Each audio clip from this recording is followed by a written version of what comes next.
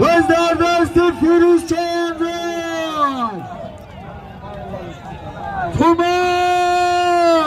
تومان باز در دست فیروز خرشو کندن پارتای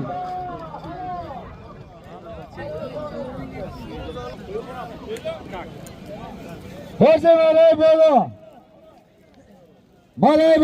1100 تومان پول 1000 روبل روشته دیگه بر فیروز چانداز فیروزی خرشو نایای بخش آشپی نایای جلالدین بلخی ها آشپی نایای جلالدین بلخی آشپی حاجی سعید بابا آشپ بنام تومان تبریک فیروز چانداز